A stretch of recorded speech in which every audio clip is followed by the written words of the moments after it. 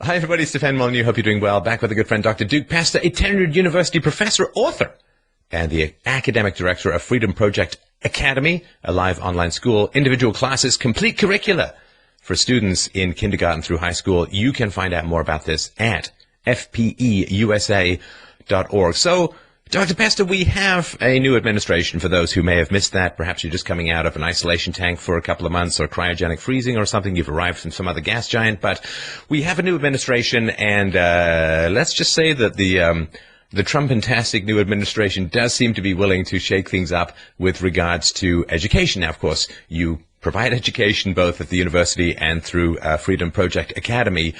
If you could take the American educational system on a wild ride through your unconstrained preferences, what sort of advice would you give the president-elect at the moment?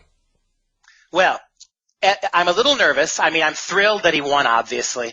A Hillary Clinton administration would have magnified exponentially everything that's wrong with American education in the same way that the Obama administration did. We're exponentially worse now than off education-wise than we were 8 years ago. 8 years or even 4 years of Hillary would have exponentially made that, kind of like the national debt, growing. There's hope. Donald Trump has said that he wanted to get rid of the Department of Education. Donald Trump said that he wanted to get rid of Common Core. Donald Trump said that we need to turn education back to the state, which is a step. The state is not the answer either. However, with his new education pick for secretary and some other things, you know, every Republican candidate, pretty much, and every Republican president since 1980 has said they were going to do this, and none of them did it. Not one of them has followed through. In the case of Ronald Reagan, in the case of George Herbert Walker Bush, in the case of George Bush, once these and the candidates, people like Mitt Romney, when we narrowed down back in 2008, when we narrowed down 8 presidential candidates to 2012, Mitt Romney, he never mentioned it again. So here's what has to happen. First and foremost, the Department of Education has to go. What Jimmy Carter did for arguably the most failed president in American history, I think you have to argue, given how important education is, he may be, in retrospect, the most successful president in American history in enforcing something really bad. By creating the Federal Department of Education, he guaranteed now that American education, by default, would all have to subordinate itself to what came out of that Washington entity. What happened immediately was the Department of Education became responsible for deciding who got all that tax money that was going to pay for education.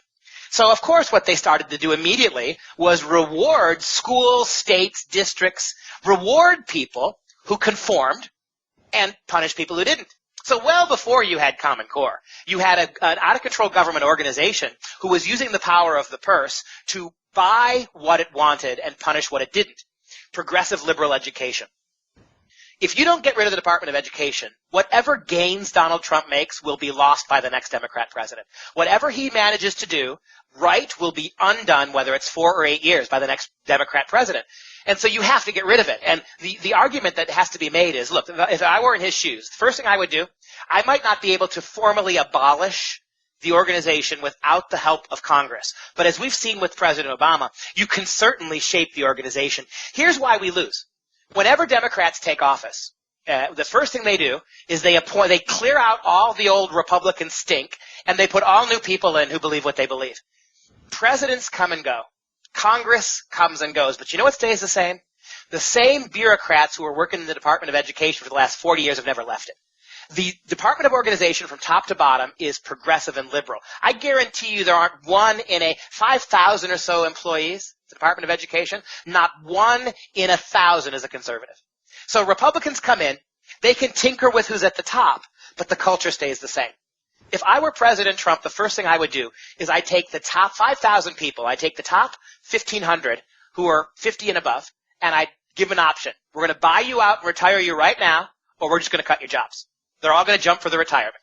Then the lowest 1,500, 2,000, who are relatively new, I'd reassign them. I'd give them 2 choices. We're going to reassign you to the Department of Homeland Security, something, or we're going to terminate you. Get rid of that, right? So you make it absolutely as small as you can. Then with your Republican majorities, you make over the next 2 years, you make the case. This is unconstitutional. It is clearly a huge drain of resources. I mean, my God, they have their own SWAT team at the Department of Education, right? I mean, a huge drain on resources. It's economically unfeasible, right? How much better off would we be to let the states decide a portion to each state? I'd like to see them get out of, the feds should get out of funding them altogether. But in the short term, a portion to each state based on number of school kids, apportion certain federal monies that you then let the state legislatures decide how to spend it. All right, that's a step down. Once you've done that, absolutely zero need for the Department of Education. I would immediately then close it, sell the building, and salt the ground so nothing grows there again. Then, when you've done that, and maybe in your second 4-year term, because this would be such a radically popular idea among everybody but radical lefties, you're going to get elected to 4 more years. Then the second time around, then you put some pressure on the state legislatures, right, to state by state begin to shrink the role of the state in education. These should be education should be a school district thing. It should actually be a school thing. Every American school in this country, right, should know how much money it's going to get based on the size and the number of students they serve. It should be absolutely formulaic. And then you hold that local school accountable. Here is what a 4th grade reading level is. Here's what a 9th grade reading level is. Here's what a college reading level is. Here's what a 3rd grade, 5th grade, 8th grade, 9th grade math student should know. If your students aren't getting there, clean out the school district and bring in teachers will do it. Right? No complicated standards, no centralization, no nationalization. Bring in real teachers and give them a simple basic chore. This is what a 4th grade level reading is. You either get your kids there or you don't. And when moms and dads then are empowered, because then who decides who the teachers are? The school boards. And then if the teachers, right, are being hired by the school boards and they're not getting the job, then all of this lies in moms and dads. And this would clean up the problem in our worst school districts in the inner cities. You give that money to the district, to those schools, and you put the teachers, the parents in charge of electing people who are going to get their kids to the basic standard of reading, writing, and math. That fixes it. That's why our education system was the envy of the world through the 1960s, because that's kind of what we did. So you have to break up the monopoly from the top, and then at the state level, and then even at the district level. Because you can hold an individual school accountable. You can hold an individual group of teachers at a school accountable. You give the parents back control of the purse, right? Because they vote in people who are going to manage that money correctly. All of this cronyism and all of this bribery, blackmail from the federal government, even the state governments, goes away. Education is fixed. That's the template. A lot of things have to happen, but that's the template. And it's not new. It's not a radical experiment. It's a return to what things were not 2 generations ago. Yeah, through the 1960s. And what happened? In the 1960s, 70s, the standards got bumped from the schools to the districts. Then in the late 70s and 80s, from the districts to the states. And ever since then, with Goals 2000, No Child Left Behind, it's the federal government now that's calling the shots. And as in every aspect of American life, the more the government takes over, the less effective and the more expensive everything is. All right? And that's true of healthcare, obviously. It's true of what happens now in every walk of life. Land management, resource management, everything they do less effectively, more levels of bureaucracy, more corruption, more wasted money, more bribery, more federal intrusion. I talked to a mom just the other day in California, and her kid goes to a school, primarily Hispanic school in California. And the ones, typically, as we said, we've been saying for 5 years, the kids that get hammered the most by things like federal government and intrusion and Common Core are the inner city kids. These kids are underperforming. And so all the teachers are telling the parents, don't worry, we're having federal agents in next week. And you can tell them why your school needs more money, right? And that was the whole thing for the teachers, right? The federal government will give us more money to keep doing what we're doing. That's the system, not just in education, but across the country, that has to be broken. Where do you think the voucher question should settle? You know, as bad as the public schools are, I understand voucher and charters. In fact, the woman he appointed, Davos, who he appointed to be the next Secretary of Education, she is a big charter school, voucher school proponent. She's also deeply in bed with Jeb Bush and Jeb Bush's organization. Jeb Bush, of course, is the only Republican screaming bloody murder about how wonderful Common Core is. So if we leave Common Core in place, we leave all of this federal control in place, if we do that, but then open up charter and vouchers, you're going to have the same problem. Because inevitably, and I've seen it in 14 states already, that ultimately charter and voucher schools They're getting money from the state or the federal government. And what the states and federal government does is, okay, you want to open a charter school that's classical education, do it. And then 6 months later, oh, and by the way, you're using state money to fund that, or you're using federal money, which means you're going to have to take our Common Core tests. So you're a voucher school, charter school that's teaching classical education. Then the state turns around and says, your kids have to pass Common Core state tests or no more money. Guess what happens to the classical education? Goes out the window. In comes the Common Core. That's happened already in 14 different states. So all you're doing is giving more choices for the same education. That's why it's doomed to fail. Unless, if you could create a voucher or a charter system where the money went directly to the parents and there were no strings. If you could do that, you'd have something. Because then they wouldn't be stuck, right? If the money belonged to the parents, as long as they spent it responsibly on education, then they could vote with their feet. They could choose non-charter, schools that take not a penny of government money, right? Freedom Project, we're one of those schools. We don't take a dime of state or federal money precisely because we know at Freedom Project, if we did, they'd start telling us what we could and couldn't do. So you lose. It's a catch-22. If you give the moms the money, in other words, let them keep that money or give them tax rebates or, hell, just cut a check for every family for this amount for education with no strings whatsoever, I think you would see a much better, fairer system than the one you see now. And kids in struggling school districts in inner cities would have the ability to use that money to access private schools that they otherwise couldn't, or to do online schooling, right? Or if you're giving that money back to moms and dads, we're spending about $17,000 a year to educate a single kid. Can you imagine giving an inner city mom who has to work 2 jobs, $17,000 a year in education money to homeschool? I mean, obviously this would have to be watched. Like everything else, it could be abused. But that's a system that's much more on the ground and direct, right? It's easy. It's much easier to fix it if people are abusing it, and it's much easier to empower genuine educational alternatives for families. If you can start there, that's the only way I would argue that the voucher charter system would work. Genuine choice, not stipulated choice. And from what I can tell, Mrs. Davos is on the stipulated choice. Well, the fact that she's going to be the Secretary of the Department of Education, right, and still argue for these charters, vastly better than what we've had for 20 years.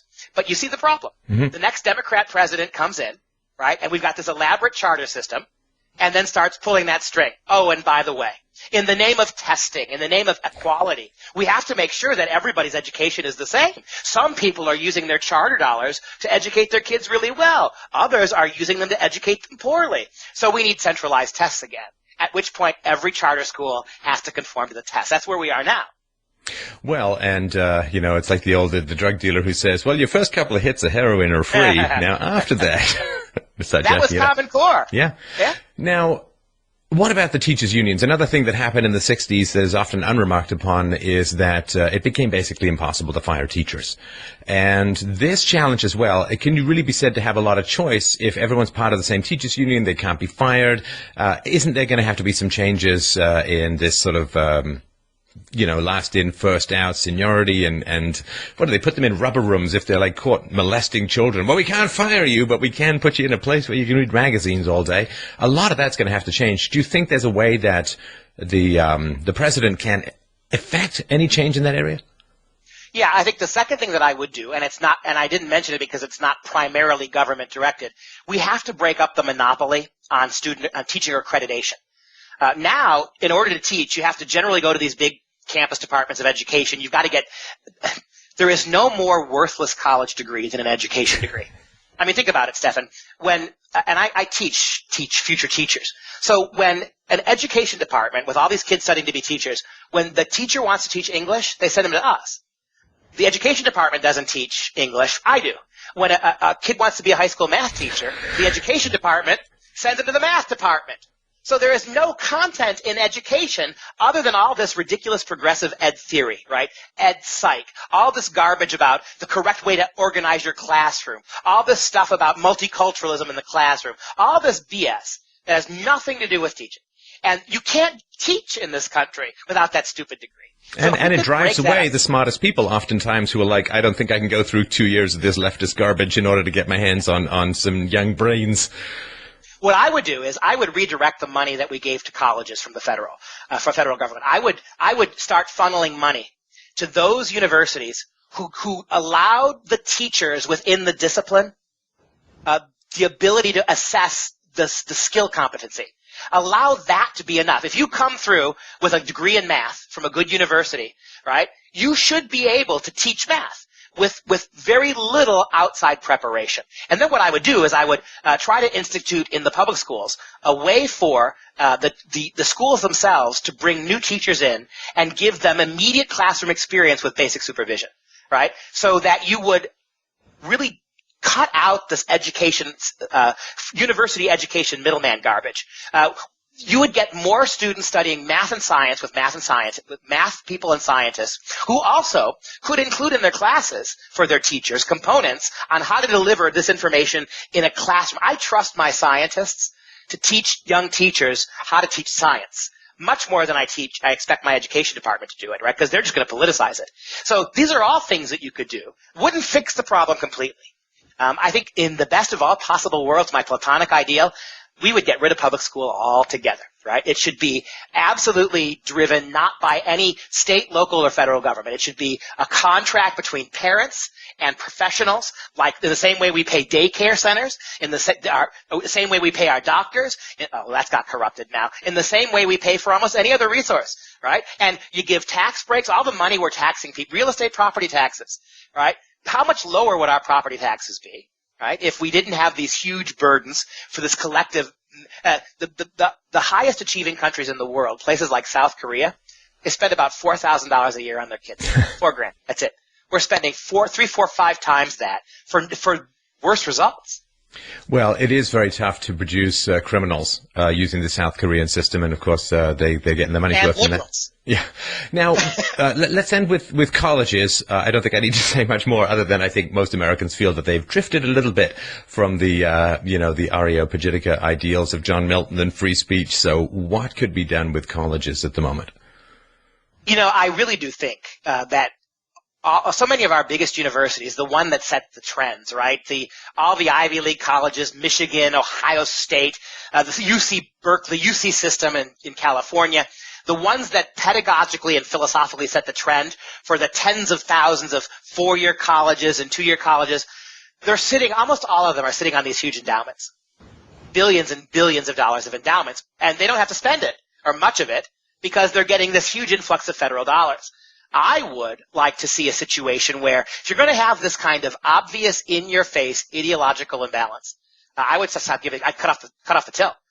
I guarantee you, even a place like Harvard with a $24 billion endowment, you cut off their government money until they demonstrate a commitment to ideological free education, to relative balance, particularly in the humanities, amongst philosophical perspectives. Cut off all the money. Real diversity. Real diversity. I guarantee you that even the richest schools would balk at that. They want their endowments more than they want the liberal pedagogy. They'd change.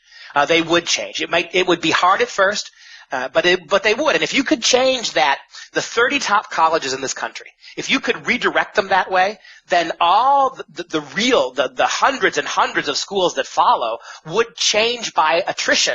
Right? It's a philosophical problem. Well, there's very little that a smaller college would gain by saying, we do things the opposite of Harvard. That's right. That's exactly right. So you gotta lean heavy on the leading schools. And if you make an example out of them, so to speak, look, and you brought it up, the hypocrisy of this all. They would scream academic freedom is being challenged. They would scream, right, that President Trump is forcing us to teach a certain way. No, he's not. He's asking you to practice what you preach, diversity and intellectual diversity. If you don't have that in the college campus, you got nothing.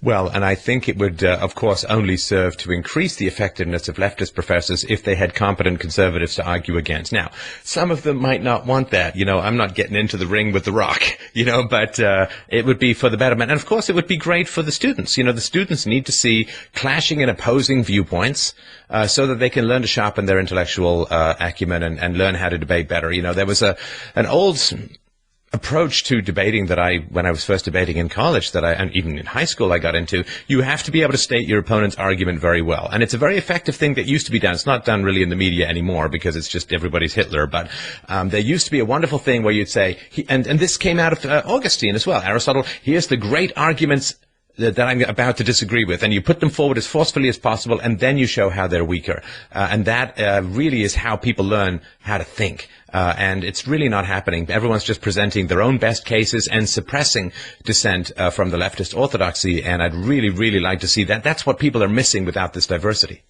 You are exactly right. I mean, if conservative and Christian arguments are so transparently stupid, so nakedly racist, it would be the easiest thing in the world to have half a department of straw men to argue against. Straw people to argue against, right? And so you're right, they don't want that because it's really the modern university has become a place that's really comfortable with groupthink because the hard work of defending your ideals, the hard work of convincing skeptical students that your ideas are better, we don't have to worry about that anymore. We just spoon feed it to them. I dislike liberal philosophy and I dislike progressivism. I think having genuine diversity on college campuses, it would be better for liberalism because the arguments would be hard-earned if they were able to win them. And by having really smart conservative professors be able to come back and – now, of course, the consequence is you wouldn't be getting 90% graduation rates of liberals, right? In fact, I would bet if you did that, if you had genuine diversity, I bet it would reflect the country. What is it? About 25% of people define themselves as liberal, 35 to 40% as conservative. I bet you that's what would happen, and you'd have an ideological flip. Well, the great thing for the leftists is, and I noticed this even when I was in graduate school in Canada here, that if you agree with the general lefty principles, you don't need to footnote. You don't need to reinforce your arguments because, if I say the world is a sphere, I don't need to put a footnote down to whoever came up with the first idea, the Egyptians, I think. But it's when you argue against the orthodoxy that you end up having to really, get the whetstone, the sword, the sparks, it's when you have to footnote. And one of the things I think that really helped my intellectual development was, swimming upstream against this brain-dead lava tide of infinite leftism that is in the general college area. If you learn to swim against a current, you're going to end up a stronger swimmer. And the fact that a lot of these guys just seem to be leaves on a stream floating down, they're not strengthening, they're lifting feathers and thinking that they're Arnold Schwarzenegger. And it would be so much better for everyone. But of course, there would be a number of people who would find that they're not particularly well suited for that, which is great. We should save society's scarce educational resources for those best able to utilize them for the betterment of the world. So I think that kind of cutting of funding would make them more market-focused. And whoever did that first, their graduates would be well understood very easily to be better thinkers, more critical thinkers, and better able to entertain alternative viewpoints, and better able to navigate and negotiate in a diverse environment. Because, of course, if it's 95% liberal in a campus, well, you go out into the workforce, it ain't 95% liberal, I guess, unless you're in the mainstream media or something like that. And they're going to be much better prepared for the world, and that's going to raise the value of that degree considerably. And that's why the kids are protesting on campus, because they don't understand a world, because they've been in school their whole life. They no longer understand a world where people disagree with them. They no longer can this is how pathetic it is. How weak is this? They can no longer process a world where there might be a valid opinion that's not theirs. And so you're get rid of the Constitution, get rid of the Electoral College, let's just overturn the election, let's have a riot. Look, when I went to college, I had 18 years of school. When I went to college, I was on a leftist course just because I thought that was all I knew. But as I got to the university, I started to see how irrationally liberal, how angry they were, how unwilling to discuss things when I would raise a point, right? How unwilling to engage in genuine debate the liberal progressive professors were. And that's what pushed me to the right. Not because I was inherently going that way. I wasn't born this way. But I saw how weak their arguments were, and more than that, not just how weak their arguments were, how unwilling and churlish they were when they were asked to defend them in a university setting. And so I started looking at the opposite way. And the more I did that, the more I had to orient my education against what I was getting at the university, the stronger a thinker it made me. Well, there's an old methodology of pretending to win at video games called God mode. You open up the command line, you type in something, you've got infinite ammo, you can't be damaged. And everyone tries that, for about 10 minutes. And they're like, wow, if you can't lose, it's really a boring game. And I think that's, the leftists are operating in God mode because they're not hitting any opposition. And if they do hit any opposition, they get called to the airstrikes of Nazi and fascist and racist. It's, they can't lose.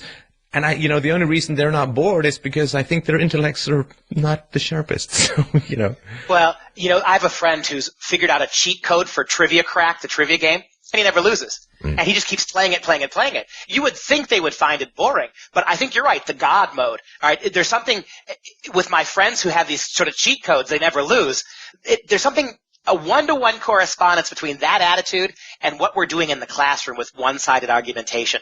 That for these kids, being morally, ethically, even logically correct doesn't matter. It's just winning, right? My idea is winning, me being on the winning side. And it's one more way that we are dumbing down education and we are prolonging the juvenile period of our kids' evolution. We are not exposing them to defeat, to counter arguments. We're not teaching them how to lose gracefully. We are not teaching them that they can be wrong, really wrong. Because if you teach them that, then maybe they'll change. We don't want them to change. Right. Well, thanks for those thoughts. I just wanted to remind people, please go to fpeusa.org to check out Freedom Project Academy. Dr. Duke Pesta, always a great pleasure. I'm sure we'll talk again soon. Thanks so much for your time today. Love it. Thank you, Stefan.